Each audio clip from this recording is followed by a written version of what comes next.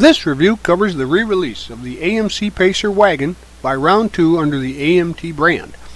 This kit's seen a few reissues over the years with different box arts, and this is kit number 1008 in the current catalog at 1/25th scale. It's a retro deluxe version which has all the original parts and some add-ons with a new decal sheet. The box has no skill level on it, but this would be a skill level 3 as it requires glue and paint. And in the box you'll get 111 pieces molded in white, chrome, clear, and tinted clear and clear red. There's also vinyl tires and a plastic set of tires and metal axles. The decals are water slide and the instructions are fold out. The motor has many of the parts molded on it, but the detail is pretty nice. The chassis has decent detail and it's of normal expectations for a kit from the 70s. The interior details are decent, but the door panel molding is a little light, and the dash details are a little bit simplified. There's no decals included for interior details. The body does have two versions. It comes as a stock or custom build, and the custom body makes a neat panel wagon with a cool front end. The only decals allowed are Hungarian takeout style restaurant, and there are no custom stripes or wood panels for this kit. Overall, the car measures 6.5 inches long, 3 inches wide, and 2.5 inches high. In this slide, you get to see what we call, well, what some people call an open box review. I could take each piece and talk about it, like the rest of my counterparts do, but after all, here they all are at one time. Take a look, and that's your open box review. Here are the decals for this kit. As you can see, they're very colorful and the registry is good. I strongly recommend using some decal setting solution to make it fit those contours, but as always, use the manufacturer's safety and use guidelines when using any of the products mentioned here in the review for your own protection. For most of the construction, I use Model Master liquid cement and sometimes a slow setting tube glue, but other adhesives are used too for strength like super glue and white glue for clear parts. Mostly the paints are Tamiya acrylic bottle paints that are shot through an airbrush, or rattle can paints that can be used for things like primers. Construction starts with the motor. Assemble the block halves, the front and valve cover, and then paint that unit blue with an aluminum transmission. On the motor, paint the exhaust steel colored and the oil filter orange. The coil steel and fuel pump aluminum. The starter is black. Now paint the intake steel and the carburetor gold tone and the air filter black. The belt is rubber color with black pulleys and the fan is black too. Now assemble the AC and paint that and the alternator aluminum. The power steering is black and the distributor is steel and tan. Now assemble the motor by adding the parts into place.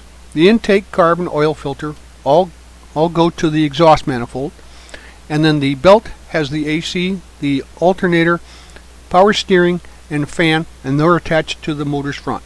The distributor is added to the side of the motor. Now pull these parts out to complete the interior. You can paint it any color you choose to complement your exterior color. I used black with tan inserts, much like an original car would have had. Highlight the door trim with a silver Sharpie or a pen for the knobs and the cranks. Then install the seats, the console, and the shifter. Next, we'll work on the dash.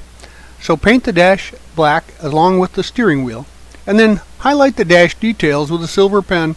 The details are very slight on the dash, so just use a light touch. And there's an optional CB radio to add to the dash if you want to. Add silver trim to the steering wheel, and then install the dash and the wheel into the interior tub.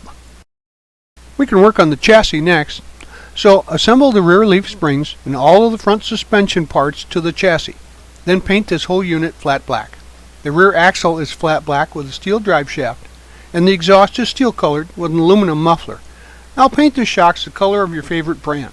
I used red. Now install the rear axle and the shocks and add the exhaust and the motor. Now you have a choice for either stock or custom tires, and since I went with the stock version, I used the Tampo printed pre-lettered tires, but there's also another set that's two-part plastic that you need to assemble and paint. So I'm going with the printed tires, so using a sheet of sandpaper, I just pressed and rolled the tread on the tire to rough up the tread surface to make it look like a road-worn tire. And then I painted the rim back flat black with an aluminum rim. Now insert the rim front into the tire and insert the rim back into the tire. Now insert the metal axles into two of the tires and then run them through the axle openings. The tires are non-directional, so it doesn't matter which side they go on, etc. So then pop another tire onto the other side and press the tires together through the axle to make sure that they're seated. Now you can install the interior tub to the chassis for a rolling chassis base. Now you see here the selection and layout for either the stock or custom build. I chose to build mine stock, so I installed the front and rear panels and sanded all of the car with a progressive sandpaper grit for up to 1,000 grit. And then I removed all the blemishes and mold lines. Now use a good quality primer and spray both the inside and outside and check for blemishes to see if any repairs are needed. After the primer is dry, wet sand it with a fine grit sandpaper, then rinse the parts off and let it air dry. Once it's dry and ready, you can paint your base color. I used a light blue paint for my pacer. Now we can provide some of the accents and highlights for the exterior. I used a silver Sharpie marker to do the driver and passenger window openings and also highlight the pacer emblem on the front fender script. And you'll notice too, I used a black Sharpie over some foil tape here to provide the side panel rub bars. Now the foil accents are applied like tape, and then you just press it on and trim off the excess with a sharp hobby knife. Also notice that I had painted the rear marker light a silver for the frame and the inset, and then used a little clear red to provide the clear red marker in the rear. Now notice there are two sets of glass, both a clear and a tinted, and in order to get a good clean look, I dipped these parts into some future floor polish, wick off the excess and let those dry for a really crisp clean look. Now I wanted to add a little something different, so I sectioned these window segments right in the roof line, and then I used the clear window for the windshield and the tinted ones for the back windows. I then used some white glue, although you can use the clear part cement for your windows, to glue them into place, and then clamp them there with some clothespins to make sure that they stayed firm against the frame. Now gather up the engine bay components and then paint the battery black with steel posts. The water bottles are white with black caps, and the canisters are all black. The heater core is assembled and painted black. And note that I had lost mine in the build process, so be careful with the small parts. If you have an option, make sure that you have a dark floor that you can find weight parts on. Anyway, paint the brake booster black and steel, and then install all of these parts into the appropriate places in the engine bay. Now use some epoxy or quickset glue to install the interior into the car, and then add the chassis into the body. And note the red circles here where I had to trim a little off of those frame horns to fit the chassis into the body. Now we can finish up the front end, install the roof rack and the mirrors, and then use a 50/50 wash of thinner and flat black on the grill to highlight it. It'll settle into the recesses, and then make sure that you just wipe it off after it dries from the highlighted chrome parts to let those show through. Now paint the bumper pad black and install the grill and the bumper. The side marker lights are painted transparent orange. I wanted to personalize my pacer with some pretty plates, so I just printed out my logo onto a sheet of regular paper with a color inkjet printer, covered it up with some cellophane tape, and then trimmed it to apply to the license tag area. Now I'll use these parts to complete the rear end of the vehicle. Paint the bumper pad black, and the backup light area is white in the lenses. Then install the tail lights. Add the bumper and add the license tag.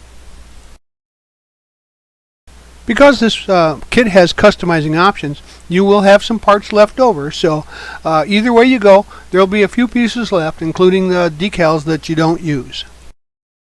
Well, there you have it. It's a great little car to build, and the kit is pretty simple to assemble. No real surprises. The fit and finish was pretty good, and everything seemed to be fairly straight. Now, the detail here is pretty much molded in parts, but the exterior has some really good lines, and fit and finish was fair. The chassis was basic but simple, but enough detail to make it look decent. Overall, the car looks pretty cool, and well, you know, it's a pacer, one of the great automotive icons of our time. So if you want some great subject matter in a kit, this is a nice one to put on your shelf. We hope you liked this premium quality step-by-step review, and so that you don't miss any more, please subscribe to our YouTube channel, but you can find us on Facebook and also at our website www.rightonreplicas.com. Thanks!